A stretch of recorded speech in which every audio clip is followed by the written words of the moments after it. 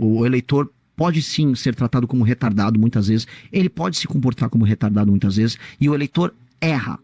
A gente tem que partir do princípio que a voz do povo não é a voz de Deus. Porque existe essa deificação da vontade popular. A vontade popular erra. A cultura de massas no Brasil não é exatamente a cultura mais incrível do mundo. Nós cometemos erros em série. Deus. O senhor cita os eleitores como retardados, tratados como retardados mentais. Sim, o eleitor é tratado como retardado mental, essencialmente. O que isso quer dizer? O eleitor é tratado com estímulos muito simples que pegam gatilhos com o eleitor de aproximação, de amor e ódio, e aí você fica jogando esses gatilhos pro eleitor. Então você vai, desde o cara do Centrão que vai fazer a campanha do o homem é bom, eu gosto do povo, gosto de cuidar de gente, aquelas coisas, aquelas platitudes, até, por exemplo, um petista o tempo todo explicando, você vai comer picanha, no meu governo você vai comer picanha, mas de maneira clara. Não houve uma política nenhuma que tornou o brasileiro um consumidor mais capaz, né? Um consumidor que tem produtos diferentes na mesa dele, inclusive a picanha. Não houve geração de renda e complexidade econômica no Brasil que permitiria isso. Não houve nem sequer uma explicação numa política. Ou seja, é uma política baseada num meme e numa imbecilização. E do outro lado, o bolsonarismo sempre assim, olha a hipocrisia da esquerda ali, olha só o que a esquerda falou. Que isso? É uma política Big Brother, é uma política de bobo. Viu? O problema é que os nossos problemas não são senhor bobos. Também é bobo? Não porque eu falei que quem trata o eleitor é tratado como retardado. Não que não existe eleitor retardado também. Existe eleitor retardado. Vou dar um exemplo. E o que vota no senhor é o quê? Olha, muito inteligente. É muito inteligente. Porque eu sou o único que apresenta propostas. Qual a sua maneira de... Vou até te interromper um pouquinho. Eu não trato ele como retardado. Eu gostaria que o senhor detalhasse, então, qual a sua maneira de fazer política, uma vez que o senhor criticou abertamente vários artifícios usados nas campanhas. Sim. Então, qual seria a maneira ideal, a seu ver, de conduzir uma campanha? Como você deve conduzir essa campanha ao longo desse tempo, então, para não tratar os seus possíveis eleitores como retardados, como o senhor usou esse termo, vou repetir aqui, e para ter ainda assim uma chance, sem usar esses artifícios todos que o senhor condenou na sua fala, de ser eleito?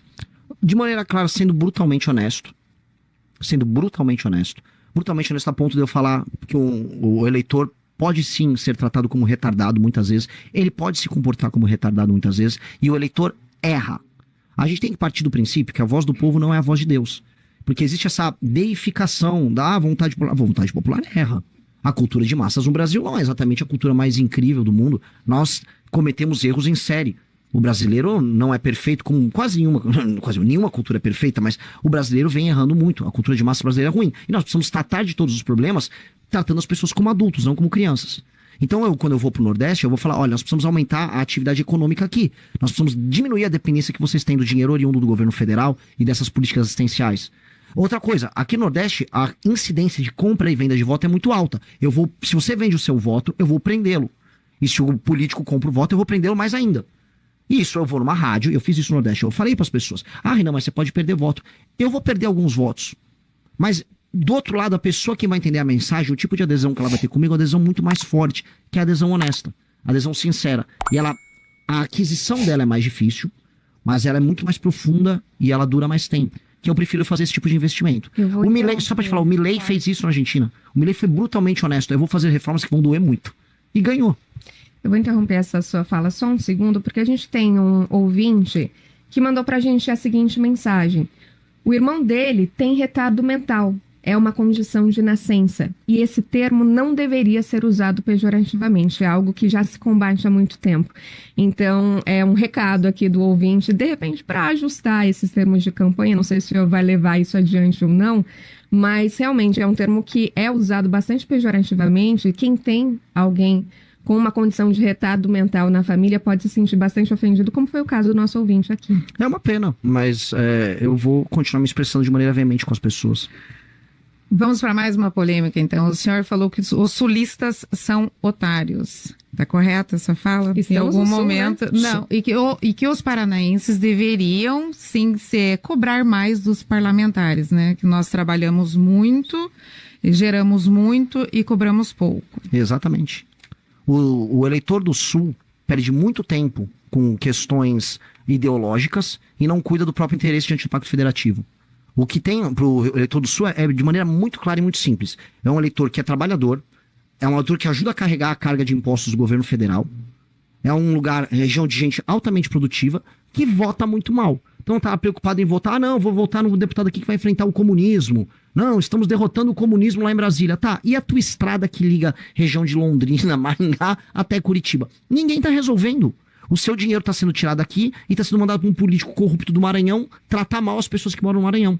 E aí o eleitor daqui não se rebela com isso. Ele aceita a estrada esburacada, mas acha que tá lutando contra o comunismo. Tem alguém levando vantagem sobre o eleitor do sulista.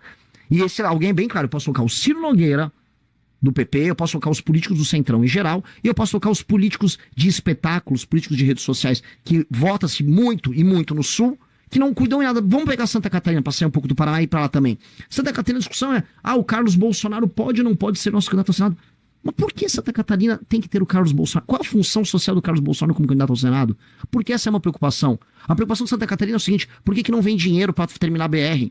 Por que Santa Catarina tem índices de cobertura de esgoto dos mais baixos do Brasil? Essa deveria ser a preocupação deles. Mas não entra. Porque o eleitor, ele é uma pessoa trabalhadora, vai entrar numa lógica de, não, preciso discutir questões ideológicas de Brasil e se esquece que o próprio Estado é largado à míngua. O eleitor tem que se despertar para o alto interesse. E a provocação que eu faço é o seguinte, o político do Nordeste, esse político que extrai dinheiro do Pacto Federativo e bota no bolso em grande parte e não liga à população, ele é mais efetivo em cuidar do interesse da região dele, por mais que ele se beneficie pessoalmente disso, do que um político daqui, que só faz espetáculo e grava vídeo.